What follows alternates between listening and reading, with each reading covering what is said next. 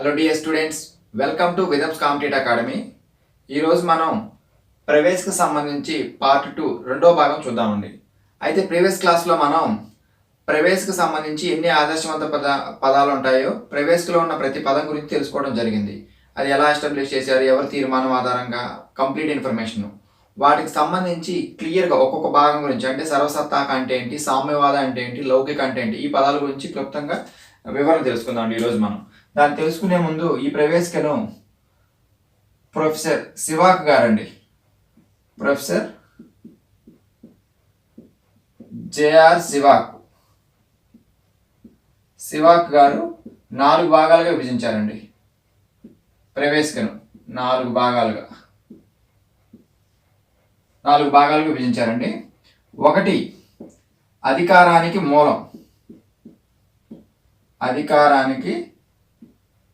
మూలం. 2, ప్రభుత్వ స్వరూపం. 3, ప్రభుత్వ లేదా రాజకీయ వ్యవస్థ లక్ష్యాలండి. రాజకీయ వ్యవస్థ లక్ష్యాలండి. 4, రాజ్యాంగాన్ని ఆమోదించిన తేదీ. అకార్డింగ్ టు జేఆర్ సివాక్ ప్రకారం అండి, రాజ్యాంగాన్ని ఆమోదించిన తేదీ.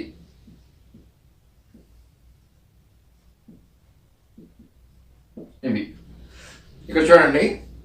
మనం ప్రవేశిక ఉన్న కంప్లీట్ ఇన్ఫర్మేషన్, ప్రవేశికలో ఏ పదాలు ఉన్నాయో తెలుసుకున్నాము. ఆ ఒక్కొక్క పదం గురించి ఎక్స్ప్లెయిన్ చేసుకునే ముందు ఈ ప్రవేశికను ఎవరు 4 భాగాలుగా విభజించారంటే జేఆర్ సివాక్ గారు అంటే ప్రొఫెసర్ ఆయన ఇలా 4 భాగాలు విభజించారు. 1, అధికారానికి మూలం, ప్రభుత్వ స్వరూపం ఏ విధంగా ఉంటుంది, తర్వాత ప్రభుత్వం లేదా రాజకీయ వ్యవస్థ లక్ష్యాలు, రాజ్యాంగాన్ని ఆమోదించేది. ఈ పదాలకు తెలుసుకునే ముందు ఆల్రెడీ మీకు ప్రీవియస్ క్లాస్లోనే ఇక్కడ వచ్చే అంశాలకు సంబంధించి ముందుగానే కంప్లీట్ ఇన్ఫర్మేషన్ ఇవ్వడం జరిగింది. ఒకసారి చూద్దాండి. ప్రవేశిక ఎలా ప్రారంభమవుతుంది? విత్ ద పీపుల్, భారత ప్రజలమైన మేము అని ఉంటుంది. తర్వాత టు ఎనాక్ట్ అవర్ కాన్స్టిట్యూషన్ అంటుంది. అంటే భారత ప్రజలమైన మేము భారత రాజ్యాంగాన్ని మాకు మేము సమర్పించుకున్నాము. భారత ప్రజలమైన మేము అంటే ప్రజలుగా మనం చెప్పుకున్నాము, మాకు మేమంటే మనకు మనం సమర్పించుకున్నాం. అంటే అక్కడ ప్రజలమైన మేము, ఇక్కడ ప్రజలకు మనమే సమర్పించుకున్నాం. అందుకనే భారత రాజ్యాంగ అధికారానికి మూలం అని నెంబర్ ఆఫ్ టైమ్స్ క్వశ్చన్స్, ప్రతి క్వశ్చన్లో ఈ బిట్ లేకుండా ఉండదు. మీరు గ్రూప్ 2 రేంజ్లో, గ్రూప్ 1 సివిల్స్ ఏ క్వశ్చన్ అయినా సరే. సో మన భారత రాజ్యాంగానికి అధికారం మూలం ఉంది. ప్రవేశిక ఏ పదాలతో ప్రారంభమై ఎలా ముగుస్తుందో అదే ఆధారం సోర్సు. అంటే భారత రాజ్య అధికారం మూలం ఎవరండి? ప్రజలు అని ఉంటుంది. ఇదే ఆన్సర్ అండి. ఇక్కడ మీరు గుర్తుపెట్టుకోవాల్సిన అంశం ఏంటంటే సివాక్ గారు 4 భాగాలు విధిస్తే ఈ 4 భాగాలు ఒక్కొక్క క్వశ్చన్ అనేది 100 టైమ్స్ కన్నా ఎక్కువ సార్లు ఎగ్జామ్లో అడిగిన క్వశ్చన్ అండి. ఈ ఒక్క హెడ్లైన్ నుంచి నేను చెప్తుంది. ఒక్కొక్క హెడ్లైన్ ఒక్కొక్క ఏదైనా ఎగ్జామ్ సరే, గ్రూప్ 1 కానీ, గ్రూప్ 2 కానీ, VRO, constable, what ever it may be, ఒక్కొక్క ఎగ్జామ్లో ఒక్కొక్క ప్రశ్న అనేది, ఒక భాగం అనేది 100 టైమ్స్ కన్నా ఎక్కువ సార్లు అడిగారు. అంటే అంత మోస్ట్ ఇంపార్టెంట్ అనమాట. అందుకని 4 భాగాలను చదవకుండా పైన అధికారానికి మూలం అంటే ప్రజలు. అందుకని ప్రవేశికి మీకు ముందు పార్ట్ ఎందుకు చెప్పాము అక్కడే చెప్పకుండా. సో అది ఎవరైతే బాగా క్లియర్గా విని ఉంటారో వాళ్ళకి క్లియర్గా అర్థమవుతుంది. 2, ప్రభుత్వ స్వరూపం స్వరూపం అంటే ఇక్కడ మీరు గుర్తుపెట్టుకోవాల్సి చూడండి, ప్రారంభం, ప్రస్తుతం అనే 2 అంశాలతో ఉంటుంది. నేను ఫస్ట్ క్లాస్ నుంచి కూడా వీడియోలో ప్రతి టాపిక్ చెప్పే ముందు రాజ్యాంగం ప్రారంభం ఎలా ఉంది, ప్రస్తుతం ఎలా ఉంది అనే అంశాలపై ఆధారపడి ఉంటుంది. సో ప్రారంభంలో ప్రవేశిక ఎలా ఉందండి? సర్వసత్తాక ప్రజాస్వామ్య గణతంత్ర రాజ్యం అని ఉంటుంది.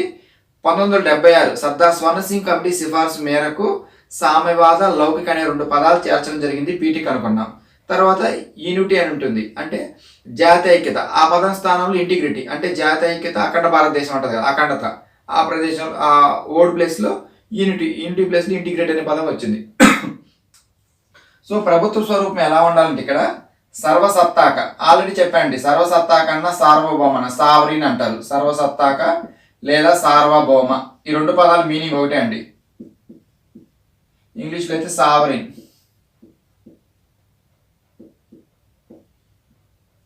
సార్వభౌమ.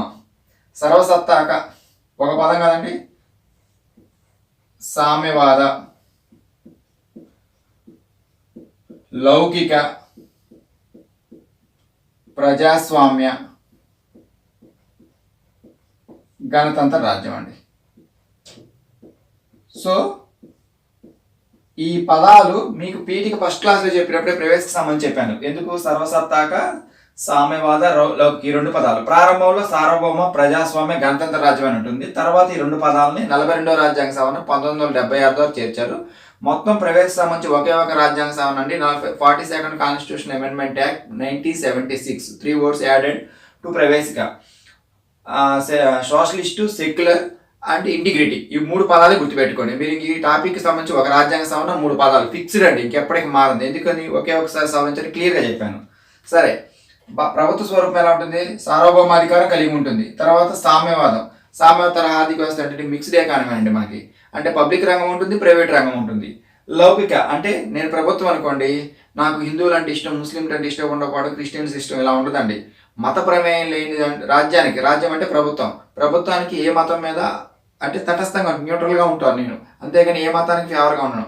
లౌకిక మతం అంటే, లౌకిక అంటే మత ప్రమేయం లేని రాజ్యం అంటారు. రాజ్యం అంటే ఇక్కడ నేను ప్రభుత్వం అని చెప్పాను. రాజ్యం వేరు, రాజ్యాంగం వేరు, కాన్స్టిట్యూషన్ వేరు. స్టేట్ అంటే రాజ్య నిర్వచనం అంటారు, అంటే ఏమేమి వస్తాయి అనేది సింపుల్గా. సో సామ్యవాద, లౌకిక. ప్రజాస్వామ్యం అంటే డెమోక్రటిక్ రాజ్యం. ప్రజాస్వామ్యం ఎలా ఉంటుంది, ఎన్ని రకాలు ఇప్పుడు చెప్తాను. తర్వాత గణతంత్రం అంటే రిపబ్లిక్ అనమాట. సో ప్రభుత్వ స్వరూపం అనేది 5 అంశాలపై ఆధారపడి ఉంటుంది. ఇది ప్రారంభంలో ఎలా ఉంది, ప్రస్తుతం అంటే 5 అంశాలు. ఈ 5 అంశాలు ఎప్పుడు రాసిన, ఎలా ఎందుకు రాస్తున్నాం, మనకు నచ్చినట్టు రాసుకోవచ్చు అనుకోదు. కానీ పీటికలు ఎలా ఉందో ఇది ఆర్డర్ అండి. మన ఎగ్జామ్లో క్వశ్చన్ తప్పుపోయేది, టాప్ ర్యాంక్ వచ్చిన వాళ్ళకైనా ఆర్డినరీ పర్సన్ ఎవరైనా తేడా లేకుండా కన్ఫ్యూజ్ అవ్వకుండా జాగ్రత్తగా చదువుకుంటే ఏ పదాలు అనేది ప్రీవియస్ క్లాసులు చెప్పాను. ఈ ఆర్డర్ని గుర్తుపెట్టుకుంటే అందరూ తప్పు పెట్టే చోట మనం ఒక మార్క్ గెయిన్ చేస్తే 10 ర్యాంకులు ముందుకు వెళ్తామండి. అందరూ ఈజీగా ఉన్న క్వశ్చన్ మనం చేస్తాం. ఇలా టఫ్ అనిపించో ఆర్డర్ తప్పుగా పైపెంచదు అనుకోండి, ఒక్క మార్కు చేసుకోవడం వల్ల 10 ర్యాంకులు ముందుకు వెళ్తాం. అందుకని ఈజీగా కష్టం అనుకుంటే ప్రతి దాన్ని కూడా చదివినంత వరకు పర్ఫెక్ట్ ఉండాలండి. పర్ఫెక్ట్ అంటే ఎక్కువ నెంబర్ ఆఫ్ టైమ్స్ రివిజన్, చదివేటప్పుడు క్లియర్గా, అంటే కన్ఫ్యూజ్ అవుతున్నామంటే ఎందుకు కన్ఫ్యూజ్ అవుతున్నా, ఏ అంశం మర్చిపోతాం, దాన్ని మళ్ళీ మళ్ళీ రాయాలి లేదా రివిజన్ చేయాలి. సో ఇది ఆర్డర్ కాబట్టి నేను ఎప్పుడు రాసినా ఇదే ఆర్డర్ రాస్తాను. 1, 2, 3, 4, 5 పదాలు గుర్తుపెట్టుకోండి. పంచపాండవులకు 5 words ఉంటాయి. తర్వాత ప్రభుత్వ రాజకీయ వ్యవస్థ లక్ష్యాలండి. దీని గురించి కూడా చెప్పాను మీకు. స్వేచ్ఛ, సమానత్వం, సౌభ్రాతృత్వం. నేను ఏదైనా ఒక టాపిక్ చెప్తున్నానంటే తర్వాత మనకి లింకుగా వస్తాయి అనుకున్నది క్లియర్గా ముందు ఇన్ఫర్మేషన్ ఇచ్చి దానికి సంబంధించిన వీడియో చేసిన తర్వాత చెప్తాను. అందుకంటే ఎక్స్ప్లెనేషన్ తగ్గిపోతుంది. ఫస్ట్ చెప్పేటప్పుడు అవసరమైన చోట ఎక్కువ ఎక్స్ప్లెనేషన్ ఇచ్చేసి ఉంటాను.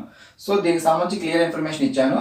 రాజకీయ వ్యవస్థ లక్ష్యాలంటే, అంటే ప్రభుత్వం అనం కదండి, ప్రభుత్వం యొక్క లక్ష్యం ఉంటుంది స్వేచ్ఛ, అంటే ప్రజలకు స్వేచ్ఛనిస్తూ వాళ్ళకి అవసరమైన చేస్తూనే. అలాంటి స్వేచ్ఛ అంటే ఇల్లీగల్గాను ఇబ్బందికరంగా కాదు. స్వేచ్ఛ అంటే మనిషి హ్యాపీగా బతకగలగటం, స్వేచ్ఛగా జీవించగలగటం, అంటే దొంగల నుంచి ఎవరి నుంచి అయినా సరే ఇబ్బంది పడకుండా వాళ్ళని కాపాడుతూ వాళ్ళకి స్వేచ్ఛని ఇవ్వడం ప్రభుత్వ బాధ్యత. తర్వాత అందరికీ సమానత్వం, అంటే అందరికి సమాన అవకాశాలు ఇవ్వడం అనేది ప్రభుత్వ లక్ష్యం.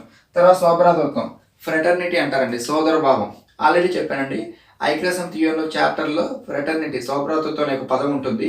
డాక్టర్ బిఆర్ అంబేద్కర్ సూచన మేరకు మన ప్రవేశికలో కూడా ఫ్రెటర్నిటీ అనే పదాన్ని చేర్చడం జరిగిందండి. ఫ్రెటర్నిటీ అంటే మన గౌరవనీయులు డాక్టర్ బిఆర్ అంబేద్కర్ గారి సూచన మేరకు అనమాట. ఎందుకు చెప్తున్నా అంటే, మన రాజ్యాంగ నిర్మాత అంటే సినిమా ప్రొడ్యూసర్ అంటారు, ప్రొడ్యూసర్ మీదనే కదండి బడ్జెట్, సినిమా హిట్ ఎక్కువ తీయాలా తక్కువ తీయాలండి. కానీ అలాంటి భారత రాజ్యాంగాన్ని నిర్మించిన గొప్ప వ్యక్తి అంటే డాక్టర్ బిఆర్ అంబేద్కర్ అండి. మహానుభావుడు, డీలిట్ చేశాడు, అంత గొప్ప వ్యక్తి అనమాట. అలాంటి పదాన్ని, అంటే సోదరభావంలో కలిసి ఉన్న పదాన్ని, యుఎన్ఓ చార్టర్లో ఉన్న పదాన్ని ఆయన సూచించిన సలహా మేరకు మన ప్రవేశకి యాడ్ చేయడం జరిగింది. సో స్వేచ్ఛ, సమానత్వం, సౌభ్రాతృత్వం. ఎందుకు యుఎన్ఓలో కూడా చేర్చారంటే ఇది దేనికి తీసుకున్నామంటే మనం 3 విప్లవాలు చెప్పుకున్నాం. అమెరికా విప్లవం, ఫ్రెంచ్ విప్లవం, రష్యా విప్లవం అని. ఫ్రెంచ్ విప్లవంలో స్వేచ్ఛ, సమానత్వం, సౌభ్రాతృత్వం, ఈ 3 పదాలు ఇంపార్టెంట్. ఈ విప్లవం నుండి ఈ విప్లవాలు తీసుకున్నది, రాజ్యాంగం తీసుకున్నది లేనిదని ఉంటుంది. సో ఈ 3 పదాలు గుర్తుపెట్టుకుంటే ఒక బిట్ అండి. సో ప్రభుత్వం రాజకీయ వ్యవస్థ లక్ష్యాల్లో కానిదేదని అడుగుతాడు. మనం విప్లవాల పరంగా చదువుకుంటే అక్కడ ఒక బిట్టు కాకుండా ఇలా అడుగుతాడండి, భారత ప్రభుత్వం యొక్క రాజకీయ వ్యవస్థ లక్ష్యాలు అయినదేది కానిదేది. మళ్ళీ ఇది డిఫరెంట్ అనుకోకండి, బోత్ ఆర్ సేమ్. కాకపోతే స్వేచ్ఛ, సమానత్వం, సౌభ్రాతృత్వం మీకు తెలుసు కాబట్టి రాజకీయ వ్యవస్థ లక్ష్యాలు కూడా అదే. స్వరూపం అంటే మళ్ళీ మారిపోతుంది ఇక్కడ ఆప్షన్. స్వరూపం అంటే 5 పదాలు, అధికారానికి మూలం అంటే ప్రజలు, లక్ష్యాలు. తర్వాత రాజ్యాంగాన్ని ఆమోదించింది ఎప్పుడండి? 1949 నవంబర్ 26 అండి. 1949 నవంబర్ 26 మన రాజ్యాంగాన్ని ఆమోదించిన తేదీ అండి. అమల్లోకి వచ్చింది ఎప్పుడంటే 1950 జనవరి 26న. ఈ నవంబర్ 26 మనం కాన్స్టిట్యూషనల్ డే, దీనికి సంబంధించి కంప్లీట్గా ఒక క్లాస్ చేస్తానండి. ఎందుకంటే రాజ్యాంగ దినోత్సవాన్ని బేస్ చేసుకొని ఇటీవల ఆర్టికల్స్ కూడా ఎక్కువ వచ్చింది number of. So doctor B R Ambedkar గారికి సంబంధించి ఎన్నో జయంతిని పురస్కరించుకొని ఇది అనౌన్స్ చేస్తారు, ఎప్పటి నుంచి జరుపుతున్నారు, అసలు దాని ఉద్దేశం ఏంటి, మొత్తం కంప్లీట్ చెప్తాను. కాకపోతే రాజ్యాంగ నామం తేదీ ఎప్పుడంటే 1949 నవంబర్ 26. దీన్ని కాన్స్టిట్యూషనల్ డే అంటారు. కాన్స్టిట్యూషనల్ డే ఎంతవరకు గుర్తుపెట్టుకొని దీనికి సంబంధించి మళ్ళీ కంప్లీట్ క్లాస్ చేస్తానండి, ఒక వీడియో చేస్తాను. కాన్స్టిట్యూషనల్ డే భారత రాజ్యాంగ దినోత్సవంగా జరుపుకుంటాను. సో ప్రవేశకు సంబంధించి రెండో వీడియోలో ప్రొఫెసర్ జేఆర్ శివాగ్ గారు 4 భాగాలుగా విభజించారు. ఈ 4 భాగాలు ఒక్కొక్క హెడ్ లైన్ ఒక్కొక్క బిట్గా నెంబర్ ఆఫ్ టైమ్స్ అడిగారండి ఆల్రెడీ. సో అధికారానికి మూలం ప్రజలు, మీరు ప్రీవియస్ క్వశ్చన్లు ఏ క్వశ్చన్ పేపర్ అని చూడండి, భారత రాజ్యాంగానికి అధికారం మూలం ప్రజలు అని ఉంటుంది. తర్వాత ప్రభుత్వ స్వరూపం ఏ విధంగా ఉంటుందంటే సర్వసత్తాక, సామ్యవాద, లౌకిక, ప్రజాస్వామ్య, గణతంత్రం. ఇదే ఆర్డర్లో క్వశ్చన్ కన్ఫ్యూజ్ చేస్తూ అడిగి ఉంటారు hundreds of times. Previous question చూడండి మీ దగ్గర, మీరు కానిస్టేబుల్ చూస్తారు, ఎస్ఐ చూస్తారు, group 1 group 2 what ever it maybe, A question paper చూసినా ఈ క్వశ్చన్ ఉంటుంది. తర్వాత రాజకీయ వ్యవస్థ లక్ష్యం స్వేచ్ఛ, సమానత్వం, స్వభ్రత్వం. భారత ప్రభుత్వ రాజకీయ వ్యవస్థ లక్ష్యాల్లో అయినది ఏది కానిది ఏది నెంబర్ ఆఫ్ టైమ్స్ ఉంటుంది. సివిల్స్లో అయితే ఇంక అడిగే పనే లేదు.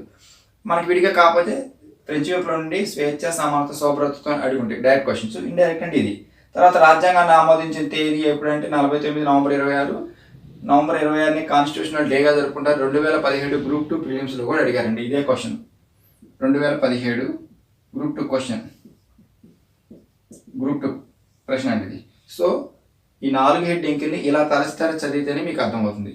సో దీని తర్వాత ఇప్పుడు మనం పీఠికని ఇప్పుడు దాకా చెప్పుకున్నాము. పీఠికలో ఆదర్శవంతమైన పదాలని సావరిన్, సార్వభౌమ, సెక్యులర్, సోషలిస్టు, డెమోక్రటిక్, రిపబ్లిక్ 5 పదాలు, లిబర్టీ ఆఫ్ థాట్స్, ఎక్స్ప్రెషన్, ఇలాంటి సంబంధించిన ఉన్నాయి కదా పదాలు.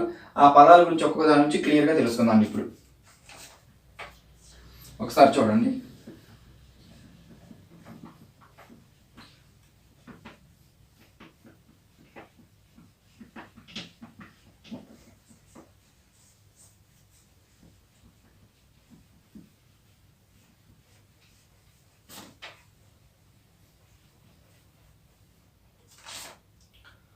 ఇప్పుడు చూడండి, ప్రవేశకు సంబంధించి ఆదర్శవంతమైన పదాల్లో ఫస్ట్ వర్డ్ అండి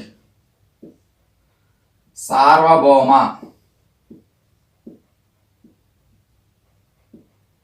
సార్వభౌమ. రెండోది సామ్యవాద, లౌకిక, ప్రజాస్వామ్య, గణతంత్ర రాజ్యం అండి. ఈ 5 పదాలు ఇదే ఆర్డర్ క్వశ్చన్ అనుకోండి. భారత ప్రభుత్వ స్వరూపానికి సంబంధించి గణతంత్ర రాజ్యం, sovereign, socialist, secular, democratic, republic అండి. సో ఈ 5 పదాలు చూడండి. సార్వభౌమ అన్నాం కదండి, దాని గురించి తెలుసుకునే 2 అంశాలు మీకు అర్థమయ్యేది చెప్తున్నా. అకార్డింగ్ టు పాలిటీ టెక్నాలజీ కాదండి, మనకు అర్థం అవడానికి. సార్వభౌమ అన్నా సర్వసత్తా కన్నా ఒకటే. సార్వభౌమ అంటే తిరుగులేని, ఎదురులేని, ప్రశ్నించుటకు అవకాశం లేని అధికారమే సార్వభౌమ అధికారం. అంటే భారత ప్రభుత్వం అనుకోండి, నేను ఏ పని చేసినా కానీ వేరే కంట్రీ వాళ్ళని ఇది ఎందుకు చేస్తా అది అంటే ఇంటర్నేషనల్ అగ్రిమెంట్స్ కొన్ని ఉంటాయి, ఒప్పందాలు, వాటిని ఉల్లంఘిస్తే అప్పుడు మాట్లాడుతున్నాయి. అవి కాకుండా మనం ఓన్గా ఒక చట్టం చేసుకున్నాము, పార్లమెంట్లో చట్టాలు, వాట్ ఎవర్ ఇట్ వెళ్ళి మన జమ్మూ కాశ్మీర్ ఇటీవల కాలం జమ్మూ కాశ్మీర్ 370 ఆర్టికల్ రద్దు చేసాం. అది మన భారత రాజ్యాంగంలో జమ్మూ కాశ్మీర్ భాగం కాబట్టి భారత్లో మనకు నచ్చినట్టు ఆర్టికల్ రద్దు చేసాము. ఎందుకంటే ఎంతోమంది సైనికులను బలి తీసుకుంటూ ఎప్పుడు యుద్ధాలు జరుగుతూ అది పాకిస్తాన్కి ఫేవర్గా ఉండటం వల్ల చేస్తారు. ఆ రైట్ మనకుంది. విమర్శలు పక్కన పెట్టండి. అంటే అలాంటి దాని మీద ఎవరు క్వశ్చన్ చేసే అధికారం లేదు. ఓవరకు మాట్లాడాలి కాబట్టి మాట్లాడడం వేరు, రైట్స్లు వేరు. అగ్రిమెంట్లో ఉందనుకోండి, మనం ఏం చేయలేం, అగ్రిమెంట్లో ఏం లేదు, అది మన సొంతం. అందుకని మనం ఆ ఆర్టికల్ రద్దు చేసాం కాబట్టి ఎవరైనా ఓవరకు మాట్లాడారు, వాళ్ళు ఒపీనియన్ చెప్పారు తప్ప ఇది ఖచ్చితంగా కాదు అని యుఎన్ఓలో మాట్లాడడం ఇలా ఏం చేశారంటే ఏం చేయలేదు. సో అలాగనే సార్వభౌమాధికారం అంటే మనం ఏం చేసినా మన భారత రాజ్యాంగానికి సంబంధించి మన భారత ప్రభుత్వం నుంచి ఏ విషయం వేస్తే నిర్ణయం తీసుకునే అధికారం మన భారత ప్రభుత్వానికి కలదు అని అర్థం. ఇందులో 2 ఉంటాయండి. తర్వాత ఈ సార్వభౌమాధికారానికి సంబంధించి 2 ఇష్యూస్ గుర్తుపెట్టుకోండి. ఇక్కడ కామన్వెల్త్ కూటమి ఒకటి, రెండోది యుఎన్ఓలో సభ్యత్వం.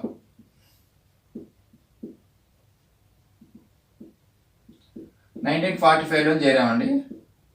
ఇదే 1949 కామన్వెల్త్ కూటమి. ఈ కామన్వెల్త్ కూటమికి అధిపతి ఎవరండి? బ్రిటిష్ రాణి లేదా రాజు, ఎవరైతే వాళ్ళండి. ఇక్కడ గుర్తుపెట్టుకోవాల్సిందంటే మనకి స్వాతంత్రం 1947 ఆగస్టు 15న ఇండిపెండెన్స్ స్వాతంత్రం పొందండి భారత ప్రభుత్వం. అయితే భారతదేశం స్వతంత్రం పొందిన తర్వాత కామన్వెల్త్ కూటమి ఎవరండి అధిపతి? బ్రిటిష్ రాణి లేదా రాజు అనుకున్నాం. మరి బ్రిటిష్ రాణి రాజు అయినప్పుడు మరి అదే కామన్వెల్త్ కూటమి మన సభ్యత్వం ఎప్పుడు తీసుకున్న భారత్ 1914లో సభ్యత్వం జాయిన్ అయిపోయింది. అప్పుడు మన భారతీయులకి ఏమనిపిస్తుంది? 1947 వరకు బ్రిటిష్ వాళ్ళ చేతులు మనం పరిపాలించబడ్డాం. వాళ్ళు పరిపాలించిన దాని నుంచి విముక్తి పొందాక ఇండిపెండెన్స్ తీసుకున్నాక మళ్ళీ వెళ్ళి వాళ్ళ దగ్గర అంటే ఇప్పుడు దొంగ చేతుల నుంచి తప్పించుకున్న తర్వాత మళ్ళీ వాళ్ళ గూడికి చేరడం అంటే ఏంటి? భయం ఉంటుంది కొన్ని. కానీ కొన్ని అవసరాలు ఎలా ఉంటాయి? వాళ్ళ ద్వారానే మనం రక్షణ పొందుతాము. కొన్ని అవసరాలు ఉంటాయి అనుకున్నప్పుడు తప్పదు, అడ్జస్ట్ అవుతాం.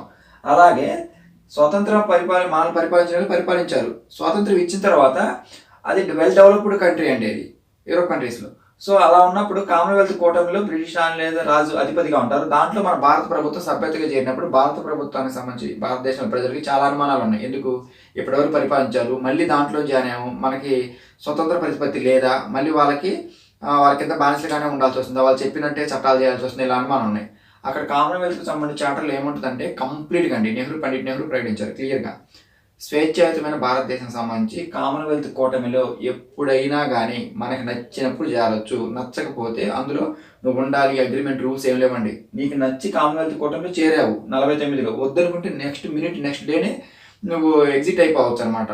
సో అలాంటి రూల్స్ అన్నీ ఉంటాయి. కానీ స్వతంత్రం వచ్చిన కొత్తలో మన భారతదేశం ఎంతమంది అక్షరాస్యులు ఉన్నారండి? నిరక్షరాస్యులు ఎక్కువ ఉన్నారు. ప్లస్ తెలియదు, మీడియా జర్నలిజం అంతా ఎలక్ట్రానిక్ మీడియా అంత అప్పుడు లేదు కదండి, ప్రింట్ మీడియా అంతా. సో అందుకని అనుమానం ఉన్నాయి. చాలా మంది పత్రికల ద్వారా పండిట్ నెహ్రూ గారు ప్రకటించి ఎంత చేశారన్నమాట. సో అనుమానాలు త్వరగానే తొలగిపోయినాయి. దీనివల్ల మనకి నష్టమేం లేదు, మంచిగా జరుగుతుందన్న ఆలోచన తర్వాత భారతదేశ ప్రజలు వచ్చారు. యుఎన్ఓలో సభ్యత్వం ఆటోమేటిక్గా 1945 జరిగింది, అక్టోబర్ 24 యుఎన్ఓ డే అండి. ఆ యుఎన్ సభ్యత్వం 45. ఈ కామన్వెల్త్ కూటమికి సంబంధించండి మనం ఎప్పుడైనా స్వేచ్ఛగా ఆ కూటమిలో చేరొచ్చు, వద్దనుకుంటే విరమించుకోవచ్చు అనే రూల్స్ ఉన్నాయి. కాబట్టి దానివల్ల మనకి అగ్రిమెంట్ లాంటి ఇబ్బందికరంగా లేవు కాబట్టి దాంట్లో చేరాము. దీన్ని చేరడం వల్ల మనకు మంచి జరిగింది తప్ప ఎటువంటి ఇబ్బంది ఏం లేదండి. తర్వాత సామ్యవాద. ఈ సామ్యవాదం అంటే మీకు భారత రాజ్యాంగం ఆధారాలు అనే టాపిక్ సంబంధించి రష్యా నుంచి ఏమేమి తీసుకున్నామని చెప్పండి? ప్రాథమిక విధులు, సామయ సూత్రం, ప్రణాళిక సూత్రం అనే 3 వర్డ్స్. ఆ 3 పదాలని మనం రష్యా రాజ్యాంగం తీసుకున్నాం, చదువుకున్నాం. మీరు ఆల్రెడీ భారత రాజ్యాంగాలు చూసి క్లియర్గా అర్థమవుతుంది. సామ్యవాదం కానీ ఎక్కడండి?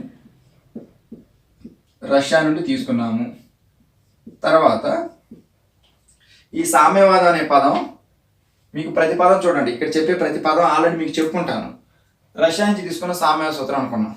తర్వాత 1955 అండి, ఆవిడ ఐఎన్సీ సమావేశం. ఆవిడ ఎక్కడ ఉందండి? మద్రాసులో ఉంది.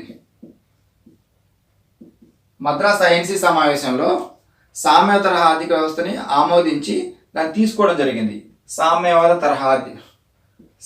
తరహా వ్యవస్థ. మీకు ఆల్రెడీ ఐఎన్సీ సమావేశాలు 4 భాగాలుగా చెప్పానండి. చెప్పిన దాంట్లో క్లియర్గా 1955 ఆవిడ మద్రాస్ ఐఎన్సీ సమావేశంలో సామ్య తరహా ఆర్థిక వ్యవస్థను ప్రవేశపెట్టారని క్లియర్గా ఇన్ఫర్మేషన్ ఇచ్చాను. మీరు క్లియర్గా చూస్తుంటే ఆ పాయింట్ మళ్ళీ రివిజన్ అండి ఇక్కడ, అంతే. ఐఎన్సీ సమావేశాలు అయినా మనకి లింక్గా వస్తున్న చట్టాలు చెప్పేసి ఆల్రెడీ కంప్లీట్ ఇన్ఫర్మేషన్ ఇచ్చానండి. తర్వాత మంది సామ్య తరహా ఆర్థిక వ్యవస్థ అంటే చూడండి, పబ్లిక్ ప్రైవేట్ రంగాలండి. పబ్లిక్ రంగం, ప్రైవేట్ రంగం 2 కలిసి ఉంటాయండి సామ్య తరహా వ్యవస్థ. మన భారతదేశం అదే కదండి, పబ్లిక్ రంగం ఉంది, ప్రైవేట్ రంగం ఉంది. అందుకని కొన్నిట్లలో ఏదైనా ప్రాజెక్టు, రైల్వే ప్రాజెక్టులు కానీ ప్రవేశపెట్టారనుకో PPP అంటారు. పబ్లిక్ ప్రైవేటు అంటే ప్రభుత్వ ప్రైవేటు భాగస్వామ్యం, పార్ట్నర్షిప్, PPP అంటారండి. మనకి ఎప్పుడైనా సరే PPP అని చదివి ఉంటారు. ఇదేమో పబ్లిక్ రంగం అండి, ఇంకో P ఏమో ప్రైవేటు, మూడోది partnership. Public private partnership, PPP భాగస్వామ్యంతో అని రాస్తారండి. సో సామ్య తరహా ఆర్థిక వ్యవస్థ అంటే రష్యా నుంచి తీసుకున్నాము. మా ఆవిడ 1955 ఐఎన్సీ సమావేశంలో కూడా సామ్య తరహా ఆర్థిక వ్యవస్థను ప్రవేశపెట్టడం జరిగింది, ఆమోదించి. సామ్యవాద తరహా ఆర్థిక వ్యవస్థ అంటే మిక్స్డ్ ఎకానమీ, మిశ్రమ ఆర్థిక వ్యవస్థ అంటారు. భారతదేశ ఉదాహరణ పబ్లిక్ రంగం, ప్రైవేట్ రంగం 2 కలిసి ఉంటాయి. పబ్లిక్ ప్రైవేట్ పార్ట్నర్షిప్ అని కూడా అంటారు. అందుకనే ప్రాజెక్టులు చదివేటప్పుడు మనం పేపర్ చదువుతున్నప్పుడు ఎకానమీ రిలేటెడ్గా PPP పద్ధతిలో చేపడుతున్నారు ఈ ప్రాజెక్ట్ అంటారు. అంటే పబ్లిక్ రంగం, ప్రైవేట్ రంగం, పార్ట్నర్షిప్ 2 భాగస్వామ్యంతో చేస్తున్నారంట. తర్వాత లౌకికం అండి, వీటి రెండింటికి సంబంధించింది. లౌకికం అంటే మత ప్రమేయం లేని రాజ్యం అని ఇందాక చెప్పుకున్నాము. మత ప్రమేయం అంటే నేను ప్రభుత్వం అనుకోండి, నాకు ఏ మతం అంటూ ఫేవర్ కాదండి, నా దృష్టిలో అన్ని మతాలు సమానమే, అంటే ప్రభుత్వం దృష్టిలో అన్ని మతాలు సమానమే. సో లౌకిక రాజ్యం. ఈ సెక్యులర్ లౌకికానికి సంబంధించి ఎక్కడ వస్తుందని మనకి ఇన్ఫర్మేషన్, మీరు ప్రాథమిక హక్కులకు సంబంధించి 3వ భాగం నేను వీడియో చేశానండి. అందులో క్లియర్గా అంటే లౌకిక సంబంధించి హెడ్లైన్స్ ఇచ్చాను. మతానికి సంబంధించి ప్రాథమిక హక్కుల్లో 25వ ఆర్టికల్ నుంచి 28 వరకు నిబంధనలు అండి మత స్వాతంత్ర హక్కు గురించి తెలుపుతాయి. మనం ప్రాథమిక హక్కులో క్లియర్గా తెలుసుకుందాం అండి. బట్ ఇక్కడ వచ్చింది కాబట్టి ఒక ఇన్ఫర్మేషన్, ఇది డైరెక్ట్ క్వశ్చన్ టు ఆన్సర్ అండి. లౌకిక మతం అంటే లౌకిక అంటే మతానికి సంబంధించింది. మత స్వాతంత్ర హక్కు, మత స్వేచ్ఛ హక్కు ఎక్కడ తెలుపుతాయండి? ప్రాథమిక హక్కుల్లో 25 నుంచి 28 వరకు గల నిబంధనలు మత స్వేచ్ఛను గురించి తెలుపుతాయి. లౌకికం అంటే మత ప్రమేయం లేని రాజ్యం, రాజ్యం అంటే ప్రభుత్వం, రాజ్యాంగం వేరు, రాజ్యం వేరు. తర్వాత ప్రజాస్వామ్యం అండి, డెమోక్రటిక్, గణతంత్ర రాజ్యం. సో ఈ 3 పదాలండి. ఈ ప్రజాస్వామ్య రాజ్యం, గణతంత్ర రాజ్యం గురించి క్లియర్గా తెలుస్తుందండి. ఇప్పుడు ఒకసారి చూడండి. ప్రజాస్వామ్యం అంటే అంటే ఏంటండి? ప్రజాస్వామ్యం ఎన్ని రకాలండి? మొత్తం 2 రకాలండి. ప్రత్యక్ష ప్రజాస్వామ్యం, పరోక్ష ప్రజాస్వామ్యం. ప్రత్యక్ష ప్రజాస్వామ్యానికి ఉదాహరణ స్విట్జర్లాండ్ అండి. పరోక్ష అంటే మంది కూడా వస్తుందండి. ఎందుకంటే భారతదేశంలో ప్రజలు ఓటర్లు అనేది ప్రతినిధులను ఎన్నుకొని, అంటే ఎమ్మెల్యేలు, ఎంపీలు ఎన్నుకొని వాళ్ళ ద్వారా పరిపాలించబడతామండి మనం. కానీ స్విట్జర్లాండ్ ప్రత్యక్ష ప్రజాస్వామ్యం ఎందుకన్నామంటే అక్కడ ప్రజలే ప్రత్యక్షంగా చట్టాలు చేసే క్రమంలో పార్టిసిపేట్ చేస్తారు. మన భారతదేశంలో మనం పార్టిసిపేట్ చేస్తామంటే చెయ్యం. ఎందుకు? మనం రిప్రజెంటేటివ్ ఎమ్మెల్యే, ఎంపీలు ఎన్నుకుంటే మన తరపున వాళ్ళు అసెంబ్లీలో మన తరపున మాట్లాడి చట్టాలు అవసరం, ప్రజలకు ఏది అవసరం చట్టాలు చేస్తారు. సో ఇప్పుడు సామ్యవాద, సార్వభౌమ, సామ్యవాద లౌకిక ఎంచుకున్నాం. ప్రజాస్వామ్యం చూడండి.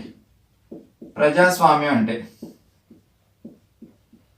ప్రజాస్వామ్యం తెలుసుకునే ముందు ఒక వ్యక్తి గురించి ఎప్పుడు తెలుసుకోవాలండి. డెమోక్రటిక్ అంటే మన ప్రపంచంలో ఒకే వ్యక్తి గుర్తొస్తాడండి, అబ్రహం లింకన్ అండి. ప్రజాస్వామ్యాన్ని గొప్పగా నిర్వచించిన వ్యక్తి అబ్రహం లింకన్, అమెరికన్ మాజీ ప్రెసిడెంట్ అబ్రహం లింకన్.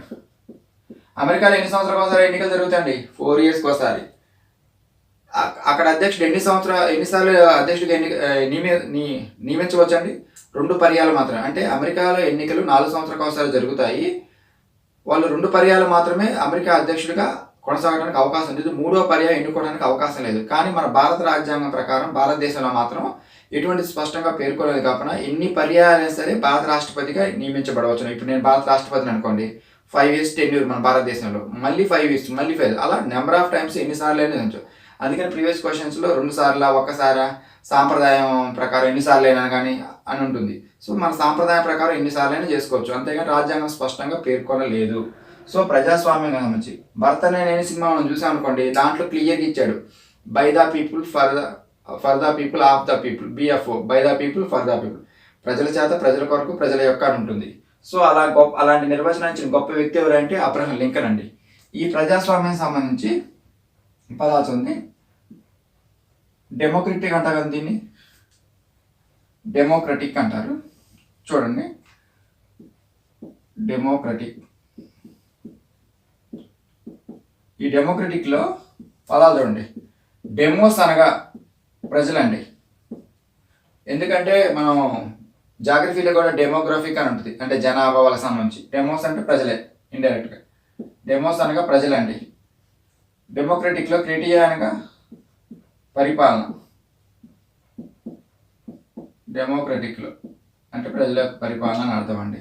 సో ప్రజాస్వామ్యాన్ని గొప్పగా నిర్ణయించిన వ్యక్తి అబ్రహం లింకన్. డెమోక్రటిక్ అనే దాంట్లో డెమోస్ అంటే ప్రజలు, డెమోగ్రాఫిక్ అంటాం కాబట్టి ప్రజలకు సంబంధించింది, క్రిటియా అంటే పరిపాలన అండి. ఈ ప్రజాస్వామ్యం మొత్తం ఎన్ని రకాలండి? 2 రకాలండి. ప్రజాస్వామ్యం 2 రకాలు, డైరెక్ట్ అండ్ ఇండైరెక్ట్. ఇది మనకు తెలిసిందే డైరెక్ట్గా. ప్రత్యక్ష ప్రజాస్వామ్యం అండి, ప్రత్యక్ష ప్రజాస్వామ్యం.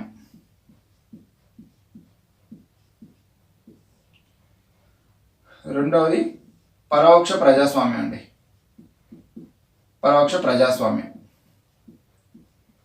ప్రత్యక్ష ప్రజాస్వామ్యానికి ఉదాహరణ ఏంటంటే స్విట్జర్లాండ్. ఇక్కడ చూడండి, ప్రత్యక్ష ప్రజాస్వామ్యానికి ఉదాహరణ స్విట్జర్లాండ్ అని రాశాను. ఇందులో 4 రకాలు ఉంటాయండి. ఈ ప్రత్యక్ష ప్రజాస్వామ్యం ఎన్ని రకాలంటే ఇది ఒక క్వశ్చన్ అండి. 4 types ఉంటాయండి. ఇది మెయిన్ రాస్తున్నాను. 1 ప్రజాభిప్రాయ సేకరణ, ప్రజాభిప్రాయ సేకరణ. 2వది ప్రజాభిప్రాయ నివేదన, ప్రజాభిప్రాయ నివేదన. ప్రజాభిప్రాయ సేకరణ అంటే రెఫరెండం అండి. రెఫరెండం, నివేదన అండి, ఇనిషియేటివ్ ప్రజాభిప్రాయ నివేదన. మూడవది రీకాల్ అండి. నాలుగవది ఫ్లెబిసైట్ అండి, ఫ్లెబిసైట్. చూడండి, మనకి ప్రైవేస్లో డెమోక్రటిక్ అనే పదం ఉంటుంది. ప్రజాస్వామ్యాన్ని గొప్పగా నిర్వచించిన వ్యక్తి అబ్రహాం లింకన్ అండి. డెమోక్రటిక్లో డెమోస్ అనగా ప్రజలు, క్రెటి అంటే పరిపాలన. ఈ ప్రత్యక్ష ప్రజాస్వామ్యానికి సంబంధించి ఎన్ని రకాలంటే 2 రకాలండి. ప్రత్యక్ష ప్రజాస్వామ్యం, పరోక్ష ప్రజాస్వామ్యం, డైరెక్ట్ అండ్ ఇండైరెక్ట్. ప్రత్యక్ష ప్రజాస్వామ్యానికి ఉదాహరణ అంటే స్విట్జర్లాండ్ అండి. ఈ ప్రత్యక్ష ప్రజాస్వామ్యం మళ్ళీ ఎన్ని రకాలంటే 4 రకాలు. ఈ ప్రజాభిప్రాయ సేకరణ, ప్రజాభిప్రాయ నివేదన చూడండి. ఫస్ట్ రెఫరెండం అంటారు, తర్వాతనేమో ఇనిషియేటివ్ అంటారు. మనం ఇనిషియేట్ తీసుకోవడం అంటే ఇనిషియేటివ్ మనం తీసుకున్నాం అనుకోండి. ఇప్పుడు ఒక ప్రాబ్లం వచ్చింది, ఎవరు చేయాలి ఆ ప్రాబ్లం అంటే ఎవరో ఒకరు ముందుకు రావాలి కదా, అలా ఇనిషియేటివ్ అంటారు. ప్రజాభిప్రాయ నివేదన. ఈ 2 చూడండి. ఫస్ట్ ఇది రెఫరెండం అంటారు, ప్రజాభిప్రాయ సేకరణ. ప్రజాభిప్రాయ సేకరణ అంటే మీరు ఇక్కడ గుర్తుపెట్టుకోవాల్సిన అంశం ఏంటంటే, స్విట్జర్లాండ్లో ఇప్పుడు నేను ప్రభుత్వం అంటాను, స్విట్జర్లాండ్ ప్రభుత్వాన్ని, ఇక్కడ ప్రజలకు సంబంధించి ఒక చట్టాన్ని తయారు చేశాను నేను. చట్టాన్ని తయారు చేసి మీరు ప్రజలు మీ వద్దకు నేను చట్టం చేయనండి. ఇప్పుడు మన భారతదేశం ఏంటి, వాళ్ళు అనుకుంటే చట్టం చేసేసి ఇంప్లిమెంట్ చేసేస్తారు, ఎలా కావాలంటే అలా రూల్స్. ప్రజాభిప్రాయం పరిగణలో తీసుకోరు, విమర్శించిన ఎన్ని ఉన్నా కానీ చేయాలనుకుంటే చేసేస్తారు. ఇక్కడ స్విట్జర్లాండ్లో మాత్రం నేను ప్రభుత్వాన్ని కదండి, స్విట్జర్లాండ్లో నేను చట్టం చేశాను, అంటే శాసనం రెడీ చేశాను. ఆ చట్టాన్ని ఆమోదించే ముందుగా ప్రజలైనటువంటి మీ వద్దకు అది ఒపీనియన్ కోసం మీ దగ్గర పంపిస్తానండి. మీరు ఓకే అంటేనే నేను చట్టంగా ఆమోదిస్తాను దాన్ని. ఎందుకంటే మీకు ఈ చట్టం ఎవరి కోసం చేస్తున్నామండి, మీకోసం చేస్తున్నా. మీకు నచ్చకుండా నేను చట్టం చేసి ఏం చేయాలి, ధర్నాలు, స్ట్రైకులు. భారతదేశం జరుగుతుంది అదే కదండి. కొన్ని చట్టాలు చేస్తారు, కొన్ని ఫేవర్గా ఉండొచ్చు. అందరినీ సాటిస్ఫై చేయాలంటే భారతదేశం లాంటి 120 కోట్ల మంది జనాభా ఉన్న దాంట్లో కుదరదు. స్విట్జర్లాండ్ అంటే తక్కువ కాబట్టి నో ప్రాబ్లం. బట్ అలా అని ప్రతిదీ చట్టంగా పబ్లిక్ అంటే మధ్యతరగతి బీపీఎల్, బిలో పావర్టీ లైన్, అంటే పేదరికంగా దారిద్ర్య దిగునున్న వాళ్ళ కోసం కూడా చేయాలి. వాళ్ళు కూడా దృష్టిలో పెట్టుకుని చట్టాలు చేసినప్పుడు వాళ్ళకు ఉపయోగపడినప్పుడు ఎందుకంటే చట్టాలు అంటే కొన్ని విషయాలు జరుగుతాయి ఎక్కడైనా సరే, అందరినీ సాటిస్ఫై అంటే కష్టం. అయితే ఇక్కడ ప్రజాభిప్రాయ సేకరణలో స్విట్జర్లాండ్ లాంటి దేశాల్లో వాళ్ళు చట్టం ఒకటి చేసి మీకు ఇది ఓకేనా కాదని మిమ్మల్ని అడుగుతున్నారు. ఫస్ట్ సెషన్ దాన్ని ప్రజాభిప్రాయ సేకరణ అంటే మీరు ఓకే అంటే ఇది చట్టంగా మారుతుంది, లేకపోతే అంతటితో రద్దయిపోతుంది. రెండోది ప్రజాభిప్రాయ నివేదన, దీనికి రివర్స్ అండి. నేను ప్రభుత్వం స్విట్జర్లాండ్, నేను మిమ్మల్ని అడిగాను, మీరు ఓకే అంటే చట్టం, లేకపోతే అయిపోతుంది. అది మీరు ప్రజలు. ఈ రెండో దాంట్లో మీరే అంటే మీరంతా ఫర్ ఎగ్జాంపుల్ స్టూడెంట్స్ అనుకోండి, మీ అందరికీ నిరుద్యోగ వృత్తి కావాలనుకుంటున్నారు మొత్తం. ఫర్ ఎగ్జాంపుల్ ఆ నిరుద్యోగ వృత్తి కావాలని మీరందరూ ఓకే అని కనుక బిల్లు నా దగ్గర పంపిస్తే నేను దాన్ని చట్టం చేసేస్తాను. ఎందుకు, అది మీ అవసరం, మీ అందరికి అవసరమైనప్పుడు ఓకే అయినప్పుడు నాకేమైంది ఇవ్వడానికి ప్రాబ్లం లేదు కదా. సో మీ అందరికి నీడ్ అది. అంటే మీ అందరూ ఓకే అనుకొని నా దగ్గరికి అంటే శాసనం చేయమని ప్రభుత్వానికి కనుక పంపిస్తే అది చట్టం చేస్తుంది. అంతే, ప్రజలు అయినటువంటి మీరే ప్రత్యక్షంగా పార్టిసిపేట్ చేస్తున్నారు, అంతేగాని ఇండైరెక్ట్ కాదు కదా. భారత్లో ఏంటి, మీరు ప్రజలైనటువంటి మీరు రిప్రజెంటేటివ్గా నన్ను ఎన్నుకొని నా ద్వారా చట్టాలు చేయడం జరుగుతుంది, దాన్ని మీకు ఇంప్లిమెంటేషన్ చేస్తారు.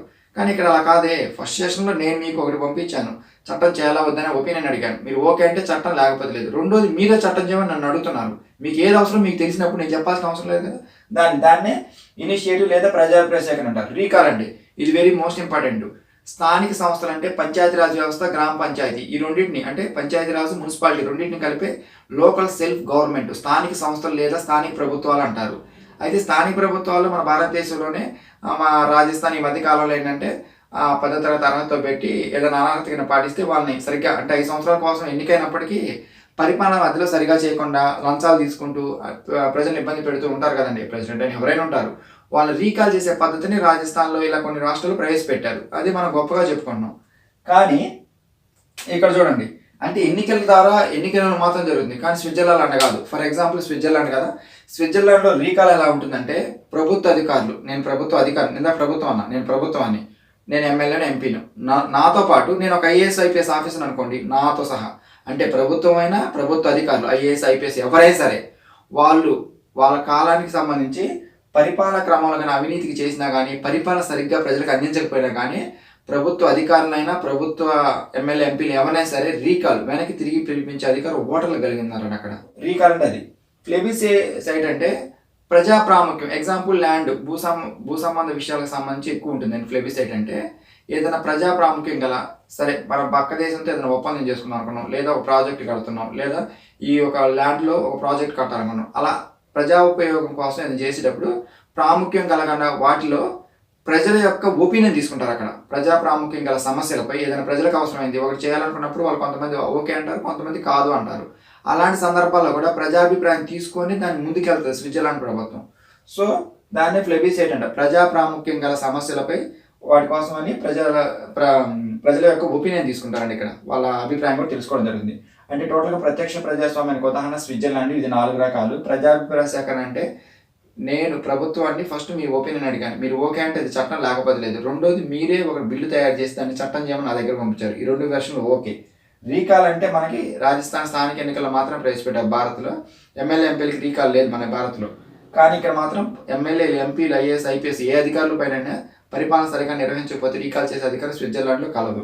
తర్వాత ప్లెబిసైట్ అంటే ప్రజా ప్రాముఖ్యం కలదు. నెక్స్ట్ పరోక్ష ప్రజాస్వామ్యం అంటే మన భారత్ లాంటిదండి. రిప్రజెంటేటివ్ ప్రజాప్రాతినిధ్యం అంటారు. ఇది ఆల్రెడీ మీకు చెప్పిందేనండి. ప్రజాప్రాతినిధ్యం అంటే మీకు ఆల్రెడీ భారతదేశం నేను ఎమ్మెల్యే అనుకోండి, మీరు నాకు ఓట్లు వేసి ఎన్నుకుంటే ప్రజాప్రాతినిధ్యం. మీ ద్వారా రిప్రజెంటేటివ్, మీ తరపు నేను చట్టసభల్లో మీటింగ్లో పార్టిసిపేట్ చేసి సమావేశంలో పాల్గొని చట్టాలు చేసేటప్పుడు ప్రజలకు ఏదో అవసరం అంటే నా వంతు ప్రయత్నంగా నేను కూడా ఓటేసి మీకు ఇండైరెక్ట్గా సహకరిస్తాను. అంటే ప్రజాప్రాతినిధ్యం అనేది డైరెక్ట్గా మీరు పార్టిసిపేట్ చేయలేరు. మీరు నన్ను ఎన్నుకున్నారు, నేను మీ తరపున చట్టసభల్లో ప్రవేశించి నేను మాట్లాడతాను అక్కడ. సో పరోక్ష ప్రజాస్వామ్యం అనేది దాన్ని ప్రజాప్రాతినిధ్యం అంటారు, రిప్రజెంటేటివ్ పీపుల్కి సంబంధించి. సో ఇక్కడ చూడండి స్టూడెంట్స్, ప్రవేశకు సంబంధించి సర్వసత్తాక, సామ్యవాద, లౌకిక, ప్రజాస్వామ్య, గణతంత్ర రాజ్యం. వీటికి సంబంధించి 4 పదాల్లో సర్వసత్తాక అంటే తెలుసు, సామ్యవాద, లౌకిక. ప్రజాస్వామ్యం అంటే 2 రకాలని ఇలా క్లియర్గా తెలుసుకోండి. దీని తర్వాత రిపబ్లిక్ అండి, గణతంత్ర రాజ్యం అంటారు. ఎందుకంటే ఒక్కొక్క పదం అనేది మీరు క్లియర్గా తెలుసుకుంటే అవే బిట్లండి మనకి. ప్రత్యక్ష ప్రజాస్వామ్యకు ఉదాహరణ ప్లెబిసైట్ అంటే ఏంటి, ప్రత్యక్ష ప్రజాస్వామ్యం 4 రకాల్లో అయిందేది కాందేది ప్రతిదీ బిట్టే. అందుకని మీరు థియరీని చదవాలనే ఉద్దేశంతోనే మళ్ళీ పైపైన కాకుండా మన క్లాస్ చెప్పినప్పటికి కూడా మళ్ళీ థియరీని కూడా ఎక్స్ప్లెయిన్ చేయడం జరుగుతుంది. సో మీరు ఒక్కసారి చదివిన తర్వాత మీరు లక్ష్మీకాంత్ పాలిటీ కానీ మీ దగ్గర ఏ బుక్ ఉంటే ఆ బుక్ అండి ఒకసారి చూసారనుకోండి, మీకు డౌట్స్ రావు. ఫస్ట్ ఈ క్లాస్ విన్న తర్వాత వెంటనే టెక్స్ట్ బుక్ చూడాలండి ఒకసారి. మీకు points 1 or 2 points maximum cover చేస్తాను. కానీ మిస్లేనియస్ ఉన్నాయనుకోండి అవి కూడా చూసుకోవచ్చు. ఇప్పుడు ఇది రిపబ్లిక్ అండి, గణతంత్ర రాజ్యం అంటే ఇది 2 రకాలు. రాచరిక వ్యవస్థ రిపబ్లిక్లో, ఒకటి రాచరిక వ్యవస్థ,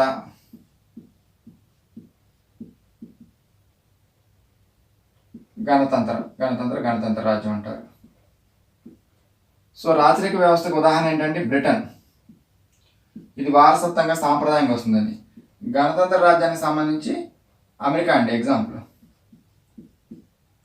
మనకైతే ఏంటంటే గణతంత్ర రాజ్యం అని మనం చదువుతుంటాం, రిపబ్లిక్ డే జరుపుకుంటాం. మనకేంటి 5 సంవత్సరాల కాలానికి ప్రజలు ప్రత్యక్షం కాదండి, అంటే ఓట్లు పార్లమెంట్ సభ్యుల ఎన్నికలు ఘనం ఎన్నుకుంటుంది. పరోక్ష పద్ధతిలో రాష్ట్రపతి ఎన్నికవుతారు మన భారత్లో. ప్రత్యక్షంగా మన ఓటే కానీ పరోక్ష పద్ధతిలో ఎన్నికవుతారు. సో మనకేంటంటే 5 సంవత్సరాలు నిర్దిష్ట కాలానికి ఎన్నుకుంటారు. తర్వాత మనం అతని ఎన్నిక పరోక్ష ఎన్నిక. రాచరిక వ్యవస్థ ఉంటుంది గణతంత్ర రాజ్యంలో, బ్రిటన్ వారసత్వ సాంప్రదాయంగా వస్తుంది. ఇక్కడేమో నిర్దిష్ట కాలానికి ఎన్నికలు జరుగుతాయండి. నిర్దిష్ట కాలం అంటే ఎంత అండి, 4 సంవత్సరాలకు ఒకసారి. ఇప్పుడు ఇలా ఆల్రెడీ చెప్పుకున్నాం కదండి, నిర్దిష్ట కాలానికి ఎన్నికలు జరుగుతాయి. మనకైతే 5 సంవత్సరాలు. అమెరికా ఎగ్జాంపుల్ ఈ రాచరికానికి సంబంధించి. సో మనం తెలుసుకున్న ప్రభుత్వ స్వరూపంలో ఉన్న 5 అంశాలకు సంబంధించి కంప్లీట్ ఇన్ఫర్మేషన్ అండి ఇంతవరకు. దీని తర్వాత మీకు మిగిలిన పదాల్లో లిబర్టీ ఆఫ్ థాట్స్, ఎక్స్ప్రెషన్స్ అవి ఎందుకంటే అది ఒక్కసారి చూడండి లాస్ట్ పాయింట్. అది యూనిటీ అంటే ఇంటిగ్రిటీ చూస్తే మన ప్రియాంబుల్ అనే పదం చదువుకున్నందుకు కానీ చుట్టూ థియరీతో పాటు ఒక్కొక్క పదం గురించి కూడా క్లియర్గా ఎక్స్ప్లెయిన్ చేసుకున్నట్లు ఉంటుంది. లిబర్టీ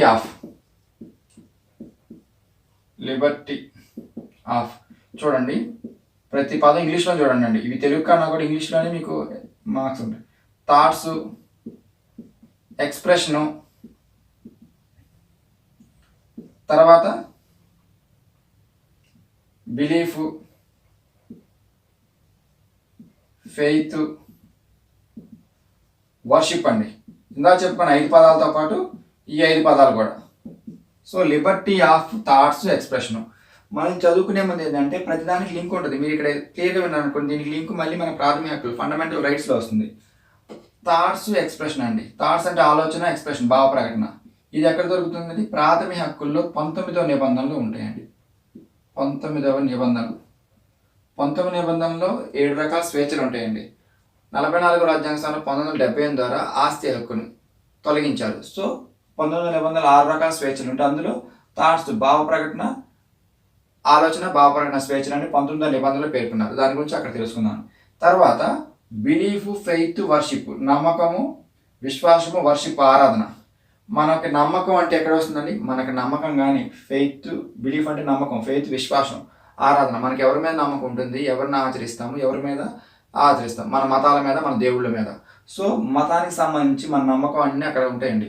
సో ఇక్కడ ఏం తెలుస్తుంది? మతానికి సంబంధించిన ఇన్ఫర్మేషన్ అంతా ఇందాక ఆల్రెడీ చెప్పాము. మత స్వేచ్ఛ లేదా మత స్వాతంత్ర హక్కు 25 నుండి, ప్రాథమిక హక్కులు 25 నుండి 28 వరకు గల నిబంధనలు తెలుపుతాయి. మీరు ప్రతి టాపిక్ ఇక్కడ లింక్ తెలుసుకున్నారనుకోండి, మళ్ళీ మనం ప్రాథమిక హక్కులు వచ్చినప్పుడు ప్రీవియస్లో ఏం చెప్పుకున్నామంటే ఇక్కడ మీరు చూసినప్పుడు లిబర్టీ ఆఫ్ ఈ 5 పవర్స్ చూడండి. 2018, 19 గ్రూప్ 2, గ్రూప్ 1 ఎగ్జామ్స్లో ఈ తెలుగు పదాలు లిబర్టీ అనేవి ఇంగ్లీష్లో ఇచ్చి తెలుగులో స్వాతంత్రం అనేసరికల్లా ఫ్రీడమ్ అని పెట్టారు, తప్పు. స్వేచ్ఛ అనేది సింగిల్ వర్డ్ మనకు సంబంధించింది. స్వాతంత్రం అంటే బ్రాడ్ లుక్ అండి, తప్పు పెట్టారు. అలాగే బిలీఫ్, ఫెయిత్, వర్షిప్ వీటికి సంబంధించి బిలీఫ్, ఫెయిత్లో ఒక పదం అనేది తెలుగులో రాంగ్గా ఉంటుందండి, ఇంగ్లీష్లో కరెక్ట్గా ఉంటుంది. అందుకని 5 పదాలే ఉంటాయి. చూసుకున్నారు అనుకోండి, ఒక బిట్ పోదు. ఆల్రెడీ మీకు sovereign, socialist, secular, republic and democratic చెప్పారు కానీ 5 పదాలు. సో చూసుకుంటే సరిపోతుంది. ఈ 3 పదాలు ఎక్కడ లభ్యమవుతాయండి? 25 నుంచి మత స్వేచ్ఛకు సంబంధించింది. మత స్వాతంత్రం లేదా మత స్వేచ్ఛ ప్రాథమిక హక్కులో వస్తుంది. అంటే పదాలు చూడగానే మనకి ఎక్కడ వస్తాయి, ఈ చూడగానే ఎక్కడ వస్తాయి తెలియాలి. లేబట్టి తర్వాత లాస్ట్ వర్డ్ అండి మనకి యూనిటీ అండి. యూనిటీని జాతి ఐక్యత అని ఉంటుందండి మనకి ప్రియాంబుల్లో తెలుగులో. జాతి ఐక్యత మనకి ఏమేమి పదాలు చేర్చారండి? 42వ రాజ్యాంగ సవరణ 1976 సామ్యవాద, లౌకిక, సమగ్రత. ఈ యూనిటీ అంటే జాతి ఐక్యత, దాని ప్లేస్ ఏమొచ్చింది? ఇంటిగ్రిటీ, సమగ్రత. ఈ సమగ్రత ఈజ్ ఈక్వల్ టు జాతి ఐక్యత. మనది అఖండ భారతదేశం కదండి, అఖండత అని ఉంటుందండి. అఖండత, అఖండ భారతదేశం కాబట్టి. సో సమగ్రత ఈజ్ ఈక్వల్ టు జాతి ఐక్యత, అఖండత. దీన్నే ఇంటిగ్రిటీ అంటారండి. సో యూనిటీ ప్లేస్లో ఏం చేయొచ్చంటే దీని స్థానంలో యూనిటీ ప్లేస్లో ఏమొచ్చిందండి? ఇంటిగ్రిటీ వచ్చిందని తెలుసుకోవాలి మనం. ఎందుకంటే ఆ పదం ప్లేస్లో ఏమొచ్చిందో తెలియాలి. అంటే ఈ జాతి ఐక్యత ప్లేస్లో ఎక్స్ట్రాగా ఏమొచ్చిందండి? సమగ్రత అంటారు, దాన్ని అఖండత అని కూడా అంటారు. సో ఇంటిగ్రిటీ మీన్స్ సమగ్రత. సమగ్రత ఈజ్ ఈక్వల్ టు ఈ జాతి ఐక్యతతో పాటు అఖండత. మనది అఖండ భారతదేశం కాబట్టి దీంట్లో జాయిన్ అయింది యూనిటీ అనే ప్లేస్. సో 42వ రాజ్యాంగ సవరణ మళ్ళీ ఒకసారి రాస్తాను. 42 1976 ద్వారా 3 పదాలు: సామ్యవాద, లౌకిక, 3వది సమగ్రత. ఈ 3 పదాలు చేర్చారండి ప్రియాంబుల్ సంబంధించి. మళ్ళీ రాశాను. ఏంటంటే నెంబర్ ఆఫ్ టైమ్స్ రివిజన్ అండి. ఇక్కడ చెప్పింది విన్న తర్వాత నేను మీకు ఆల్రెడీ చెప్పినా కానీ ఎన్నిసార్లు చెప్పుంటాను ఆఫ్లైన్ క్లాస్ లాగా, రివిజన్ రివిజన్ రివిజన్ అంతే. లేదా ఇనిషియల్ హెడ్లైన్ చెప్పి ఎక్స్ప్లెయిన్ చేస్తే అరగంటలో, పావుగంటలో క్లాస్ అయిపోతుంది. కొన్ని టాపిక్స్ ఏంటంటే మళ్ళీ చదవాల్సిన అవసరం. థియరీ బోర్ కొట్టకుండా నేను చెప్పిన వీడియో చూడడం తర్వాత థియరీ చూడండి. మీరు ఓన్గా ట్రై చేయకండి. ఎందుకంటే ఇక్కడ థియరీ కూడా ఎక్స్ప్లెయిన్ చేశాను కాబట్టి ఈ థియరీ విన్న తర్వాత ఒక్కసారి చూస్తే ఈ పదాలను మనం చదివిందే కానీ ఫీలింగ్ వస్తుంది. సో ఆల్రెడీ మీకు అయిన సమావేశాలు కానీ, రాజ్యాంగం ఆధారాలు కానీ అన్ని టాపిక్స్ చెప్పి ఈ ప్రవేశకు ఎందుకు చెబుతా అంటే ప్రవేశంలో ప్రతిదీ రిపీటెడ్. ఆల్రెడీ మీకు చెప్పిన టాపిక్ వల్ల చాలా విధంగా ప్రాథమిక హక్కులు కూడా అయిపోయినాయి అనుకోండి, ఇవన్నీ రివిజన్ అవుతాయి మళ్ళీ అక్కడ. సో అందుకని టాపిక్ లింక్ ఉంటాయి కాబట్టి మీరు ఫస్ట్ నుంచి ఎవరైతే వీడియోస్ ఫాలో అవుతారో కంటిన్యూ ఫాలో అవ్వండి స్టూడెంట్స్. సో ప్రవేశకు సంబంధించి పార్ట్ 2 అండి ఇది. సంబంధించి దీంట్లో ఉన్న కంప్లీట్గా ఇన్ఫర్మేషన్ అంతా అయిపోయింది. Individuality, dignity, fraternity. సో బ్రతున్ అంటే ఆల్రెడీ చెప్పాను, సోదర భావం అని చెప్పాను నెంబర్ ఆఫ్ టైమ్స్. ఎవరు సూచన డాక్టర్ బిఆర్ అంబేద్కర్. సో ప్రవేశకు సంబంధించి దీంట్లో కేసులు మాత్రం మిగిలినాయండి. సో ప్రవేశకు సంబంధించి పార్ట్ 1, పార్ట్ 2 కంప్లీట్ ఇన్ఫర్మేషన్ మీకు అందించడం జరిగింది.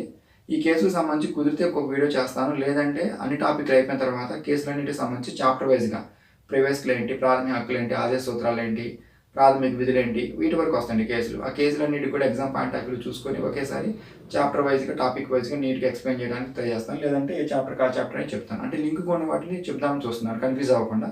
సరే ఏ చెప్పినా మీకు ఫేవర్గా ఎలా కన్వీనియంట్గా అర్థమవుతుందో అలా చెప్తాను, ప్రాబ్లం దాని గురించి. సో ప్రవేశ సంబంధించి ఇదండి. ఈ చదివిన తర్వాత ఒకసారి చూడండి, ఈ టెక్స్ట్ బుక్లో ఏది అందుబాటులో ఉంటుందో చూడండి. ప్రవేశిక్ అనే హెడ్లైన్ టేబుల్ రూపంలో ఉన్నదాన్ని క్లియర్గా ఎక్స్ప్లెయిన్ చేశాను. దాన్ని కావాలంటే మళ్ళీ చూడండి. తెలుగు పదాల కన్నా ఇంగ్లీష్ పదాలు మళ్ళీ చూడండి. Okay students, thank you for watching. Please share and subscribe.